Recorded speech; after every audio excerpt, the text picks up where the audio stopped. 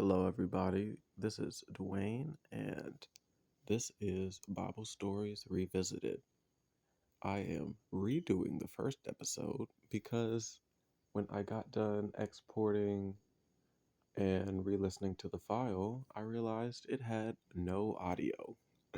So I'm hoping I can get this right again. The second episode is up, and that one was actually successful. So I'm gonna leave the second episode up, and for those who have any confusion, I'm gonna mark this as the first one. But if Spotify does a order thing, yes, I did drop this after the second episode. But after this, everything else will actually be in order.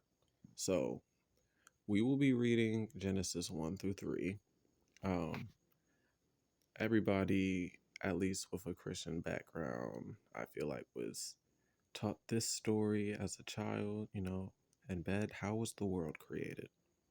So, according to the Bible, this is how. I guess because the first episode got deleted, I'll give some background. I'm Dwayne. This is like a podcast where I'm gonna be going through.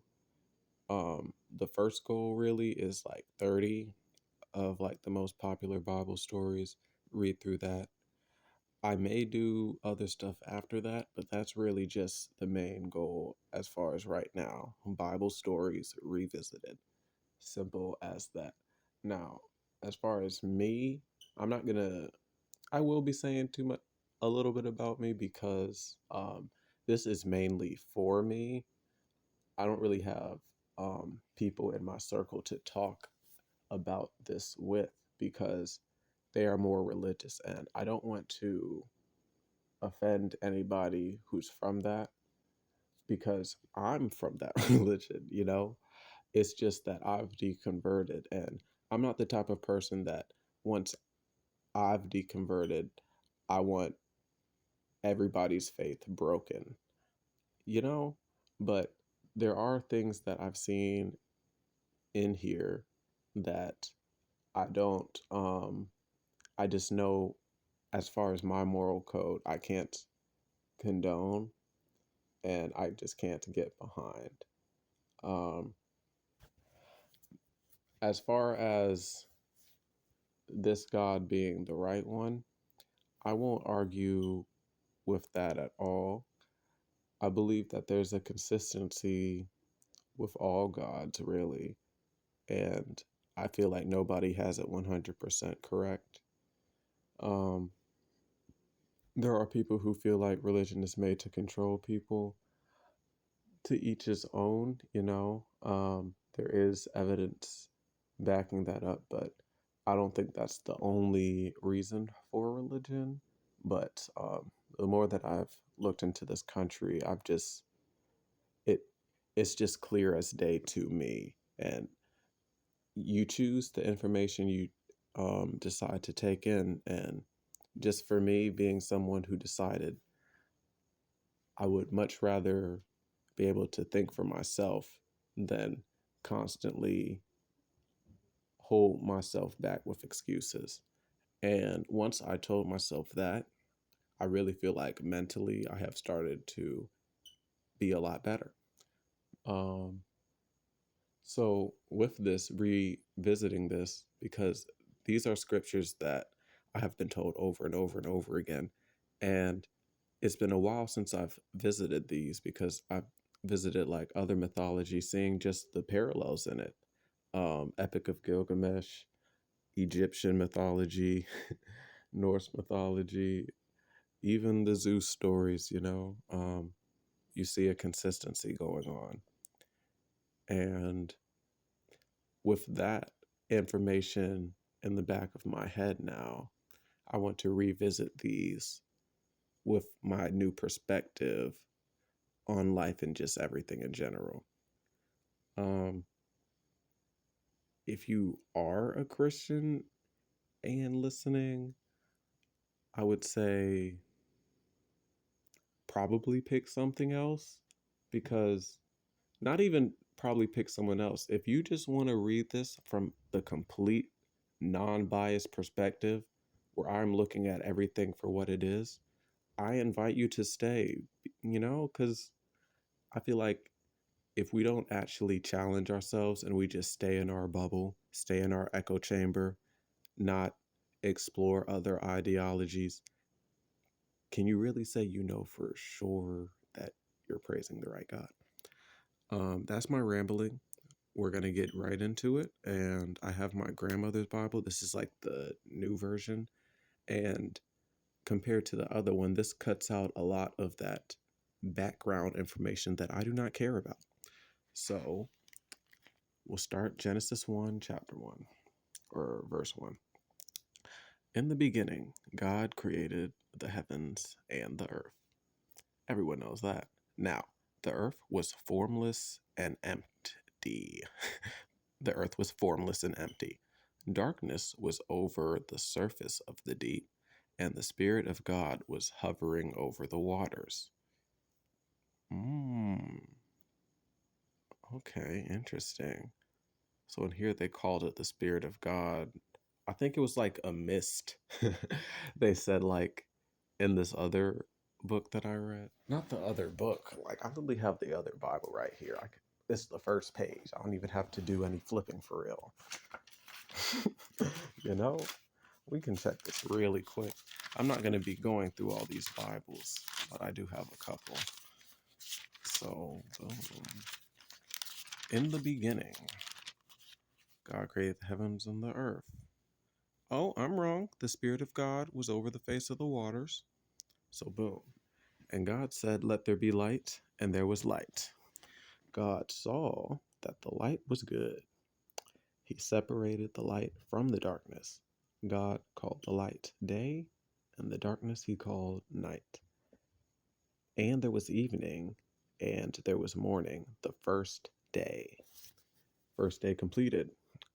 And God said, "Let there be a vault between the waters to separate water from water."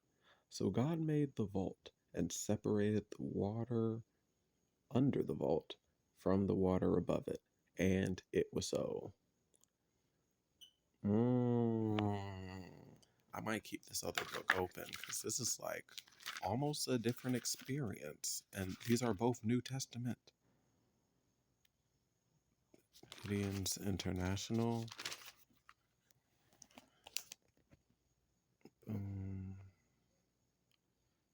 So with this one, he said, "God, let there be an expanse in the midst of the waters, and let it separate the waters from the waters." And he made the expanse and separated the waters that were under the expanse, the waters from the expanse, and it was so.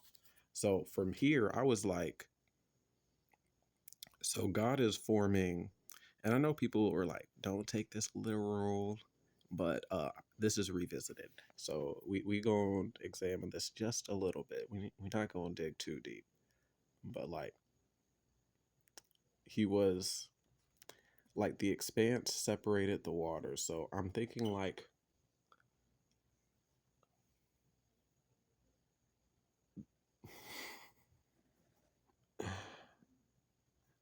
and I'm like a vault and expanse in the midst of the waters. So I ain't even about to take out to you. I'm about to look this up.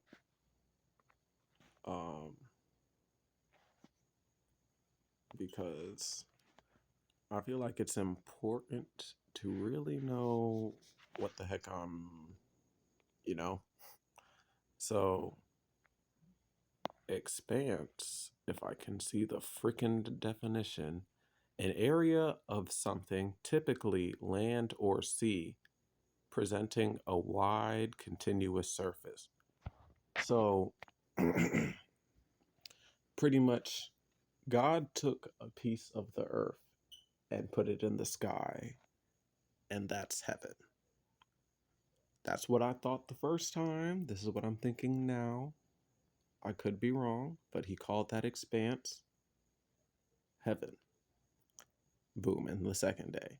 So God made light the first day, separated it with darkness, made heaven the second day.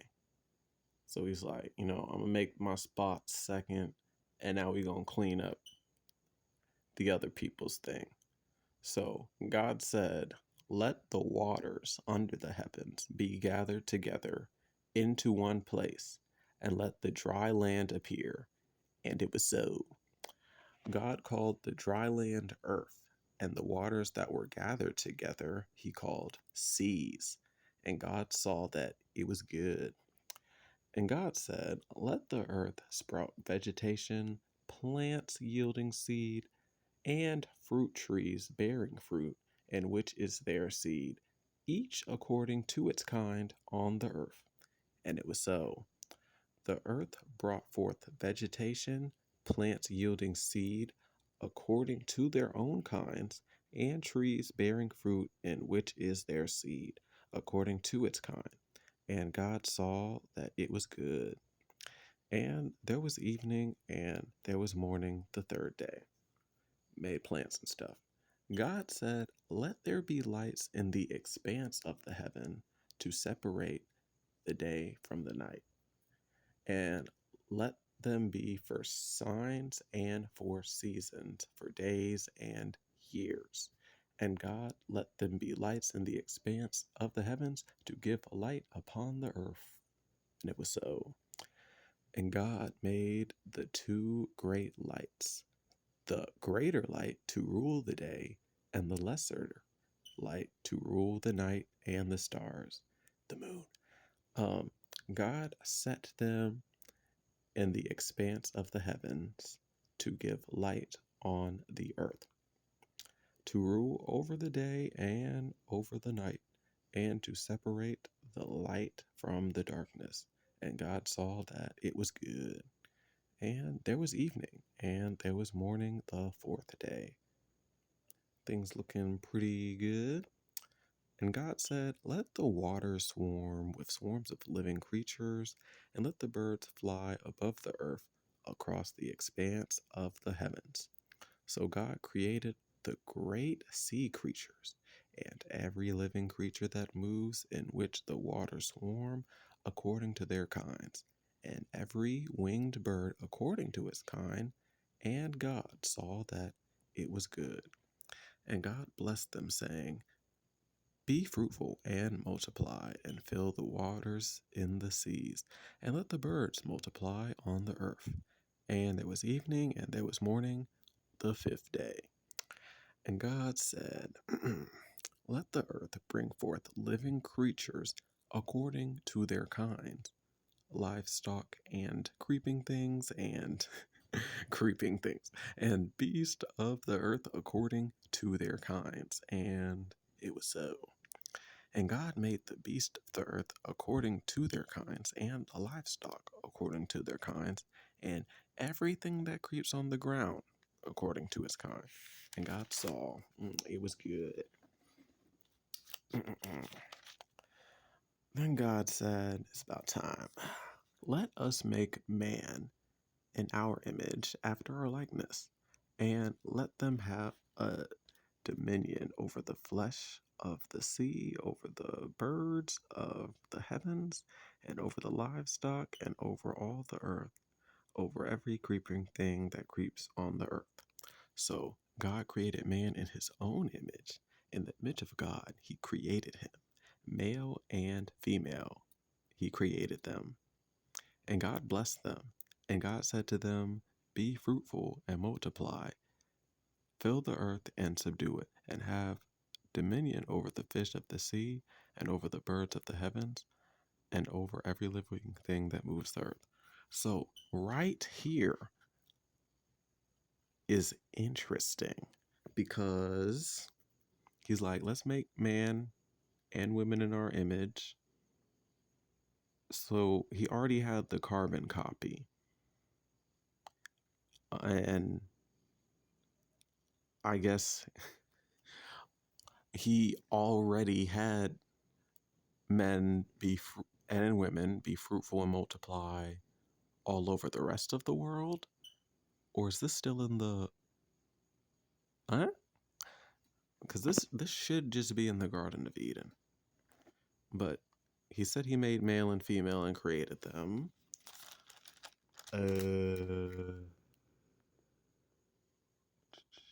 Image of God, male and female, he created them.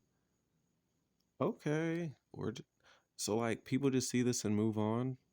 Because I'm pretty sure he's going to make Adam again. But if he already made man, why was why would he make Adam lonely? Shouldn't he have already known? Shouldn't he have already known that he should have made a female too? Like, why did he have had? Yeah, let's just get there. So God said, "Behold, I have given you every plant yielding seed that is on the face of the earth, and every tree with seed in its fruit.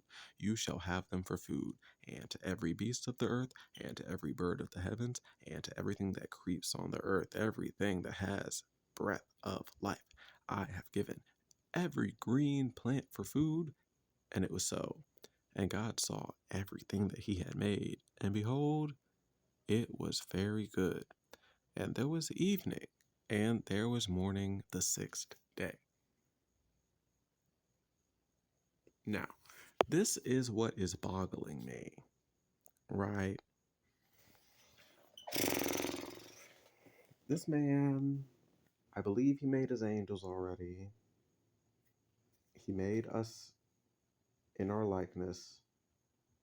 So, does that mean that Adam was not the first man? Or is everyone else he made just playthings that look like him but are equal to animals?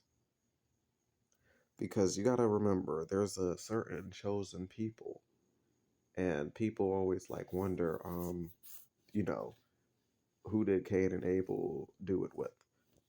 But right here, there are people already made on the earth.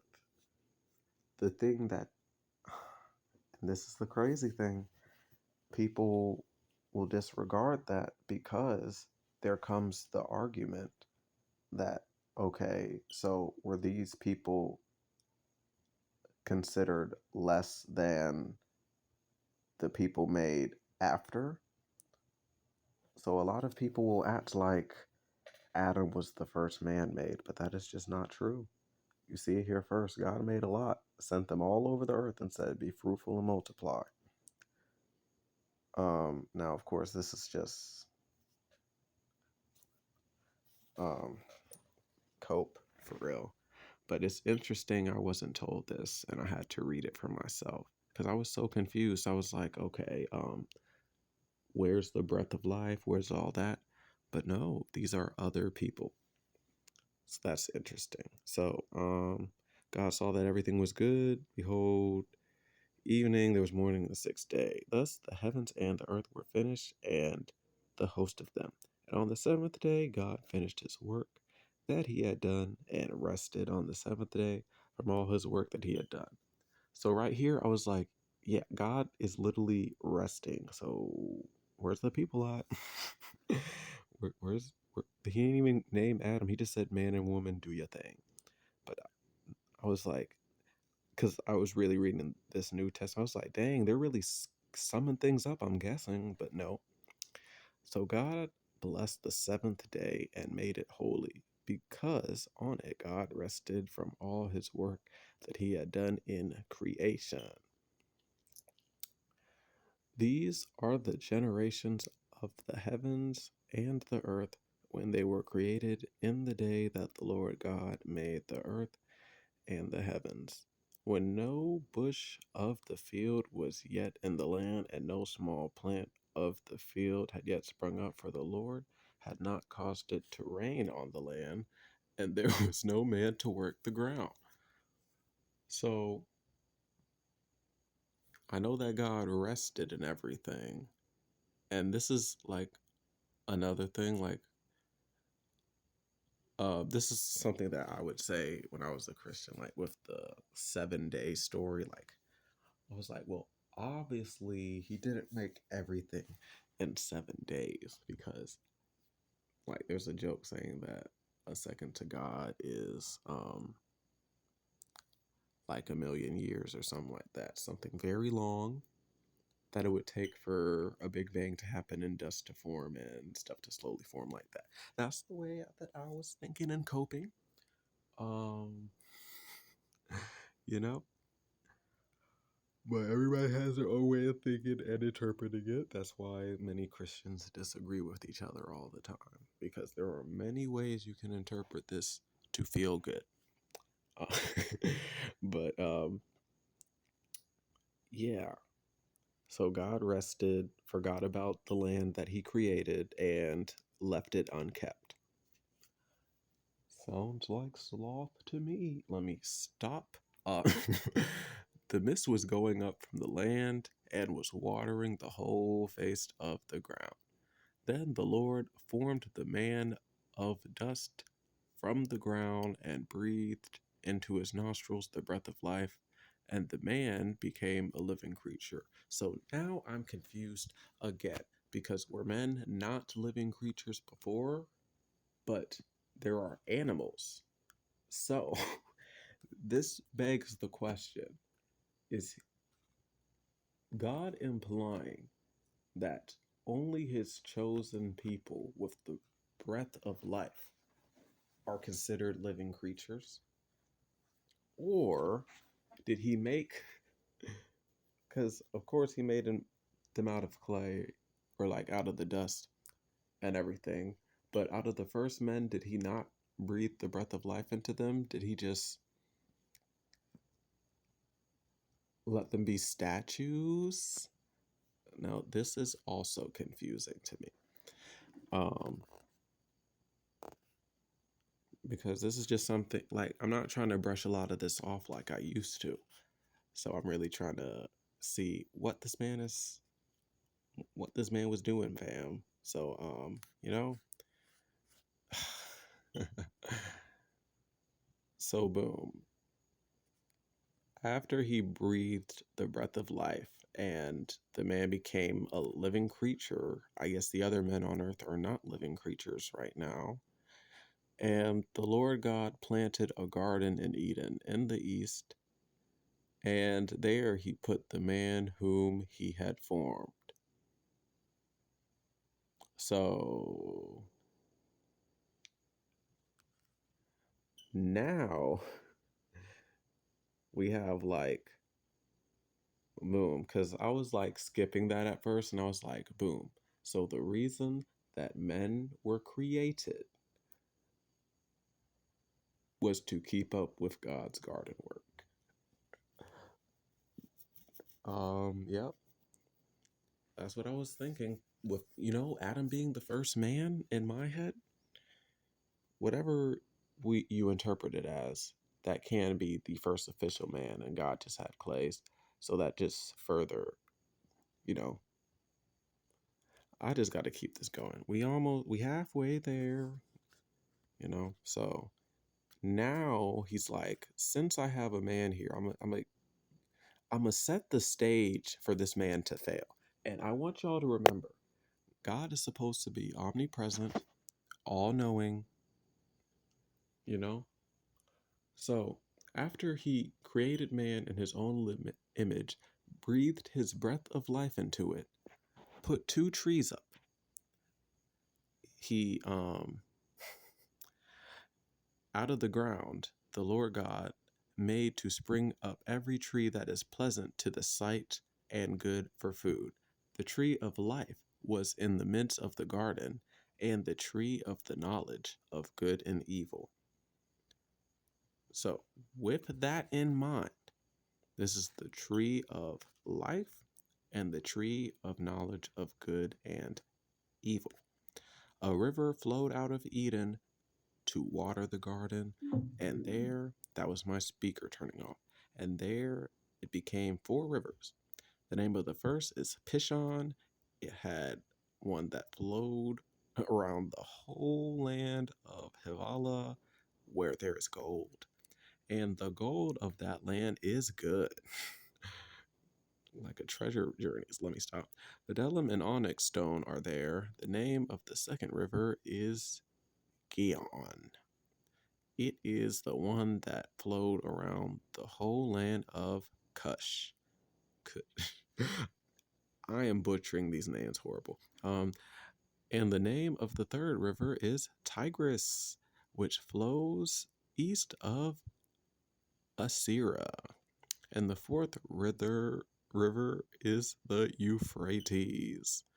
The Lord God took to the man and put him in the garden to work and keep it, because God did not feel like doing. He's a busy man. He's a busy man. Even though these are the first men, I don't know what God was doing before men was there, but he's a busy man. So he made men to keep the land he created for him while he's being busy.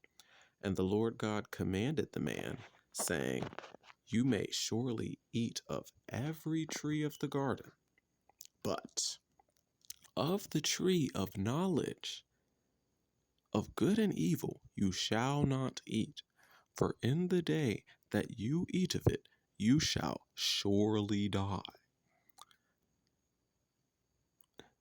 Just a little marination there.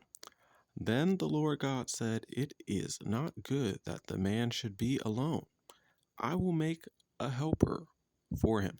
Okay, so Adam did not have to suffer at first. He was like, "I'm going to just make a helper for you." Off rip. Good.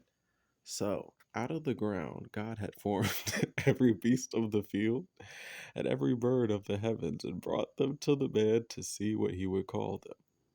Okay, so whatever the man called every living creature, that was its name. So boom, he's already given him the names. Boom, all livestock, all birds.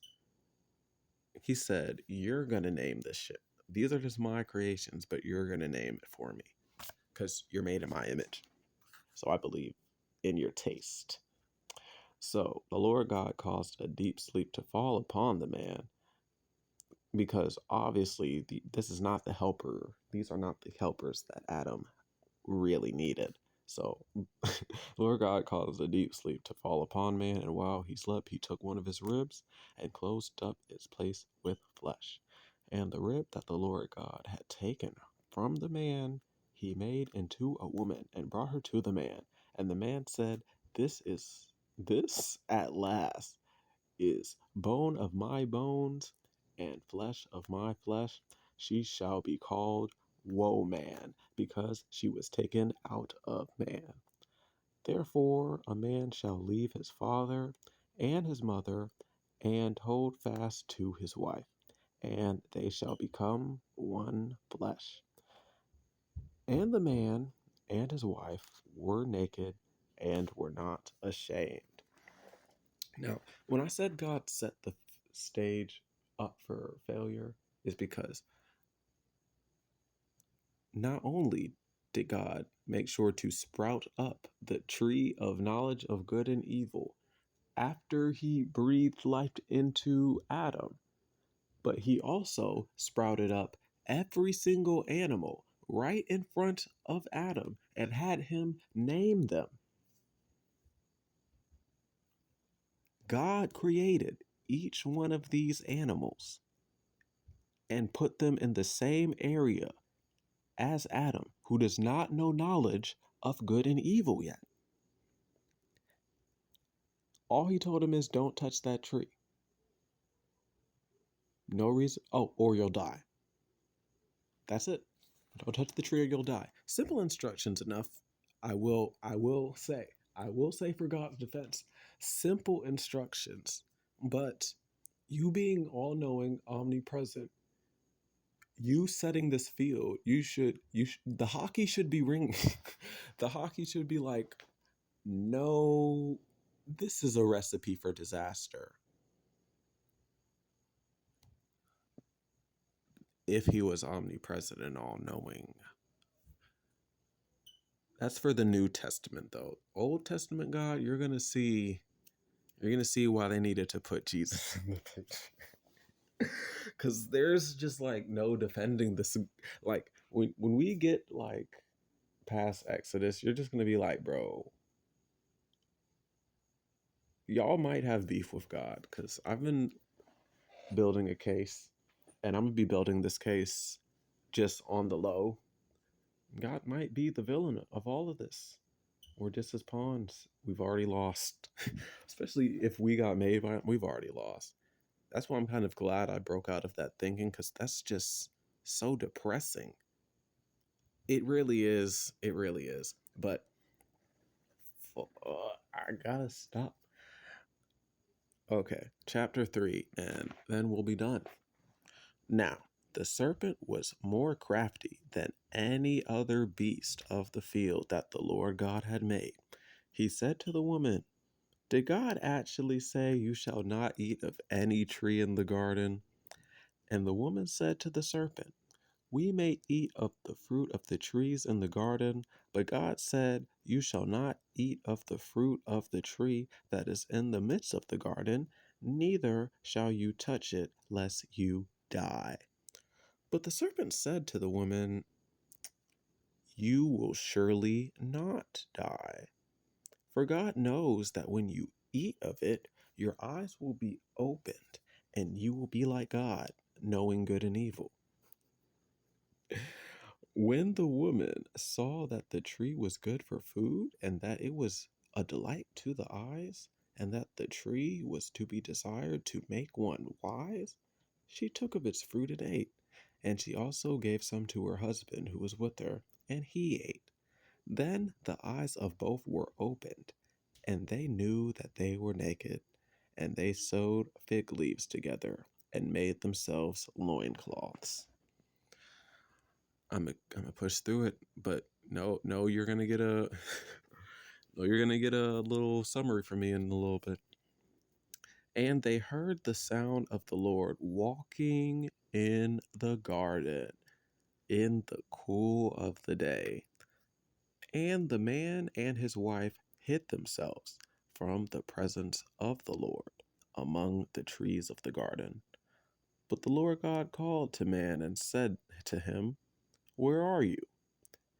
And he said, "I heard the sound of you in the garden and was afraid because I was naked and hid myself." Okay, before I go any further, let's talk about it. So, obviously, first, the most recent thing, God walking in the garden, not knowing where he is. I asked my parents this question when I was like, you know, in bed, and I think what they said was, well, obviously, God knows everything, but he asked us to give us a chance to, um, you know, actually reveal ourselves to him, to be open. And, that's fair. That's a good, honestly, for that's a good answer for a Christian. But walking and everything like that, I was like, maybe he made himself present, just like he turned himself into Jesus. But those are just more, you know, excuses I made for myself.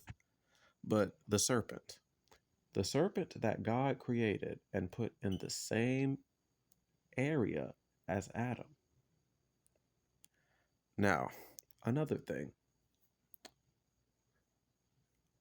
is the serpent really evil here?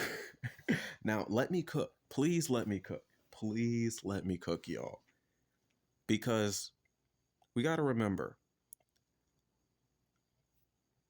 I'm going to really break this down for y'all. Of course, sin hasn't been established, but because God is omnipresent and never changing, he should have already been far away from sin. Okay? Now, when we do realize more and more what sin is, and, you know, the reason that certain times that God turns away from us is because he is far from sin. He cannot be near sin, correct? All right. So that should mean that, like people say all the time, God and Jesus and Job are the only people incapable of sinning. Um, but right here, it not even 4 chapters into the first book, we hear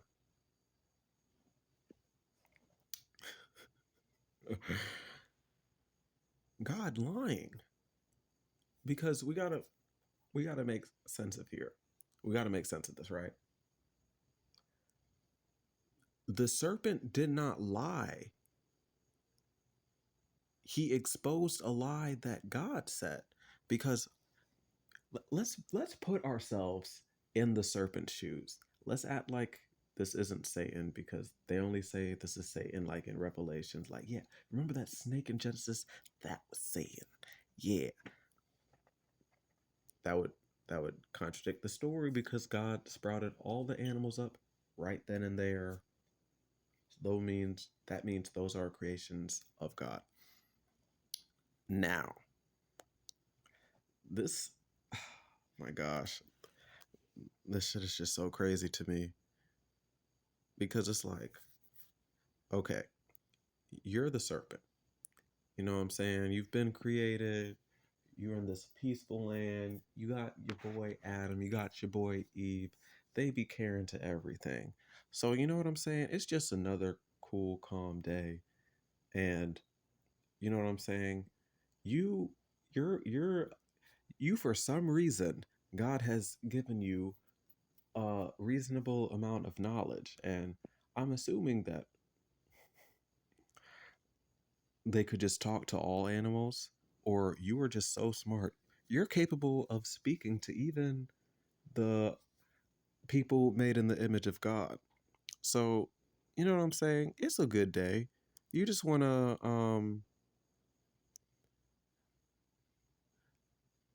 go about your day and, you know what I'm saying? Walk around because you're not slithering. You have legs right now.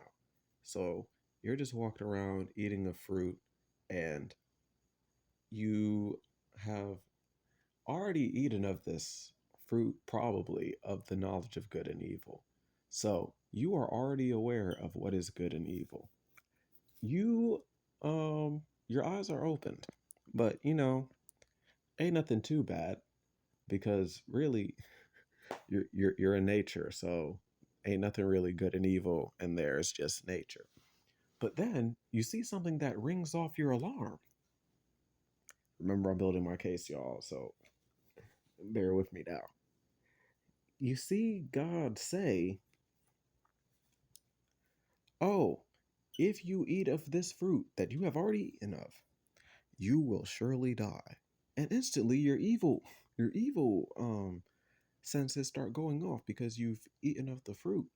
Because in this verse, lying is a sin. So the creator of all has just committed a sin. So now you're confused. You're like, "No, this is my creator. There's no way." Well, obviously there is a way. Just because he created doesn't mean he can be good. But let me stop, right? So you walk up to Eve and you're like, did God actually say you shall not eat of any tree of the garden? You know? And she's like, well, yeah, we can eat of so many fruits of the trees, just not this one. Because, God said we'll die if we eat this one. So the serpent's like, man, you need to have this man stop capping to you. You will not die if you eat of that tree. The only thing that will happen is that you will know good from evil. And honestly, you don't want to know good from evil because you might start looking at God a little bit weird. And honestly, that's kind of my theory. Why else would God not want his creations to know the difference between good and evil? Unless he knew that if we had that capability to think for ourselves, we would start looking at things sideways, especially things that God does. So now I want you to imagine you have eaten of the fruit. You are no longer indoctrinated. You can discern good from evil, because that is what we are about to look at. So that's enough of me rambling, putting myself in the snake's shoes and everything. Because, you know, at this point, Eve doesn't know the difference between good and evil.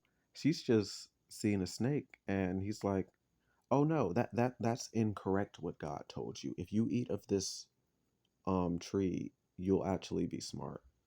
So she's like, "Word? Bad. I'm gonna eat of it." But then they knew they were naked and stuff, which I'm guessing is just knowledge, I guess.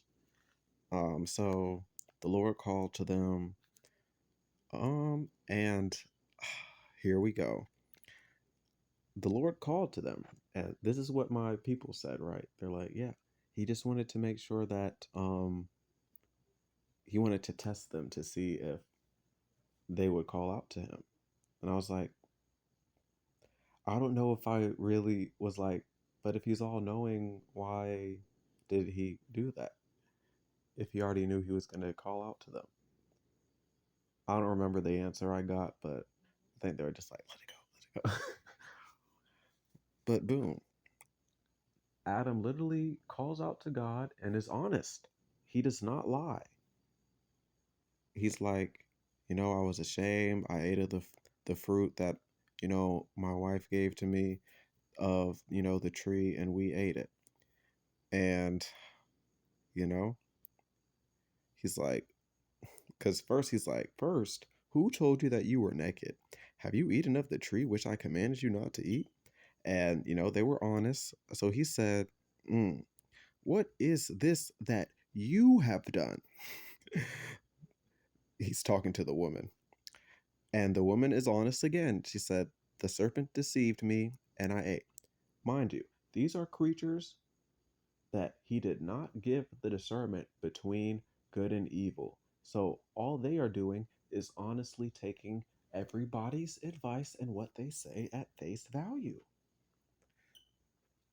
You can't blame someone someone, you can't blame someone for doing something that you didn't give them the tools to combat what you you know what I'm y'all know what I'm trying to say, bro.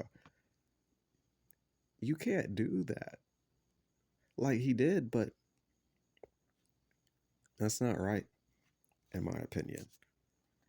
Because Lord, the Lord God said to the serpent, because you have done this, cursed are you above all livestock and above all beasts of the field. On your belly you shall go, and dust you shall eat all the days of your life. I will put enmity between you and the woman, and between your offspring and her offspring. He shall bruise your head, and you shall bruise his heel. To the woman he said, I will surely multiply your pain in childbearing, and in pain you shall bring forth children. So he literally is like, I know I set this up. I set this whole field up for y'all to fail, but I'm going to punish you with a painful childbirth of something that you are designed to do. And I used to be, people would always frame this like, oh, stupid Eve, why did she have to do that? But it's like, no, this is clearly God's fault. He knows wrong, right from wrong.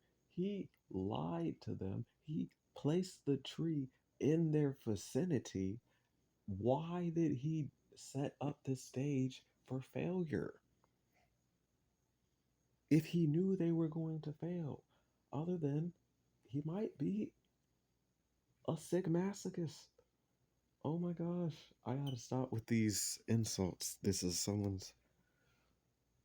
people's religion. But like, oh my gosh. Anyways, boom, you will be pained with childbirth, and your desire will be contrary to your husband, but he shall rule over you. Not only are you going to have painful childbirths, but I am going to design man to have the opposite desire of you. So it is just that much more difficult for y'all to be compatible. But y'all have to work together. I'm not gonna lie, he was creative with it. He was creative with it. But boom.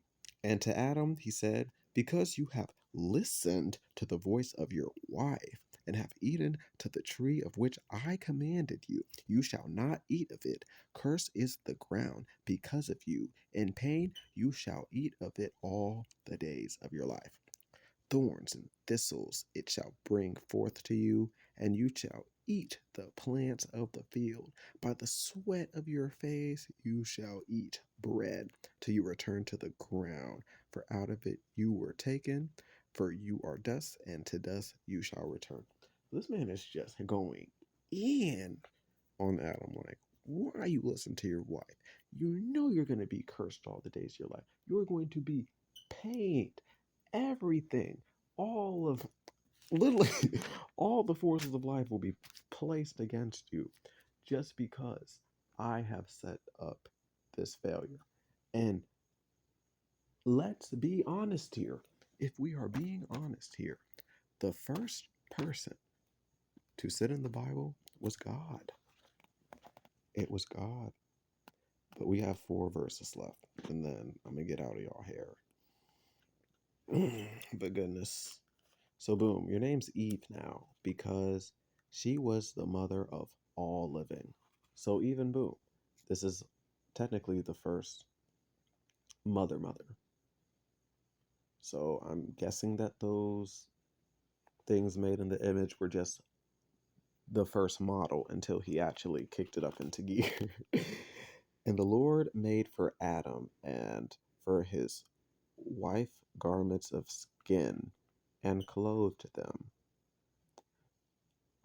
Something y'all can see I read that kind of slow, and it's because thoughts be bubbling in my head while I read this. Why was